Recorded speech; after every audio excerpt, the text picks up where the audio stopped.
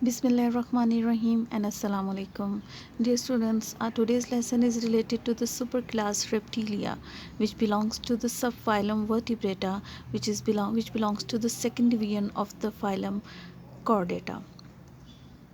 So, these reptiles are the true land vertebrates.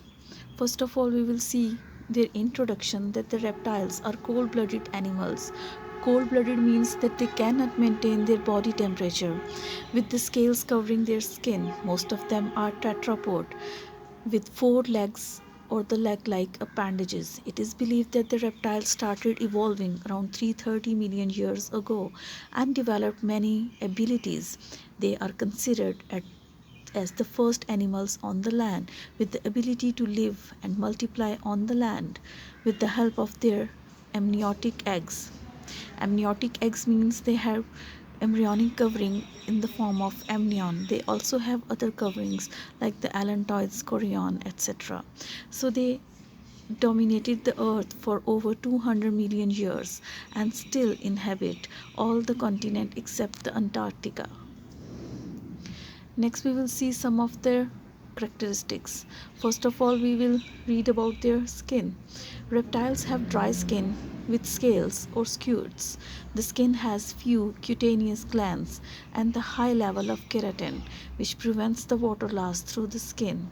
The scales and the scutes are formed from the epidermis and are also made up of keratin to protect the body. Reptiles are tetrapods. These animals are considered tetrapods with two sets of paired limbs. Most of these animals have five clawed toes on each limb. These muscular appendages are angled downward to facilitate faster locomotion. In some reptiles, like the snakes and the worm lizards, the legs are absent, but it is believed that these animals evolved from the some tetrapod ancestors. Next, we will read about their skeletal system. All the reptiles have a spinal columns and a strong skeleton system with a rib cage. They have well-developed brain and a central nervous system. A pelvic region with a minimum of two spinal bones is also seen in most of these animals. What about their mode of respiration? That unlike amphibians, reptiles do not pass through an embryonic stage with gills. These animals breathe with the well-developed lungs right from birth. Most of them have two lungs, except some snakes, which possess only a single lung. They do not possess gills, and even cutaneous respiration is very negligible. Cutaneous means that the respiration through the skin. Three-chambered heart and the digestive system. Now we will talk about their circulatory system, that all the reptiles have three-chambered hearts except the crocodile, which have four-chambered heart, which are having the two atria and the two ventricles. Like the mammals and the birds, the three-chambered consist of the two atria to receive the blood and two partially divided ventricles for pumping the blood. Reptiles have a digestive system which is similar to other vertebrates. What about the reproduction in reptiles? As far as reproduction is concerned, reptiles are unique because they are first animals with amniotic eggs. They can be laid on the land and not in the water. These amniotic eggs can survive without water as they have protective shells and the membranes that allow oxygen and other gases to enter. Reptile characteristics includes internal fertilization, as sperm get deposited into the reproductive tract of the female directly. Reptiles are also the cold-blooded animals. Being cold-blooded, their body temperature vary with the surrounding atmosphere because they cannot maintain their body temperature.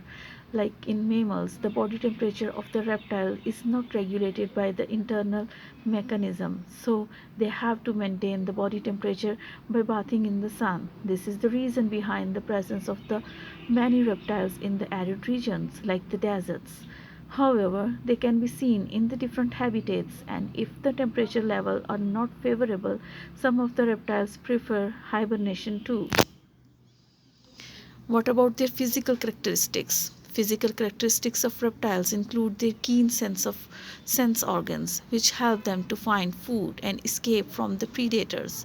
Eyes are on the most important sense organs and in the most reptiles. These organs are located at the front of the head to facilitate the binocular vision. While most of the different types of the lizards can move each eye independently, some of them have a protective cover above the eyes. Most of them don't have the external ears, and the eardrum is located near the eyes. In short, these animals can be seen in diverse habitats, ranging from the ponds, seas, lakes, treetops, deserts, and mountain ranges, but they are abundant in the deserts and the arid regions too. The only limitation for them is that they are cold blooded and cannot generate the body heat of their own. This is the reason behind the absence of the reptiles in the Antarctic regions. So, this is all about the class Reptilia. Thank you and Allah Hafiz.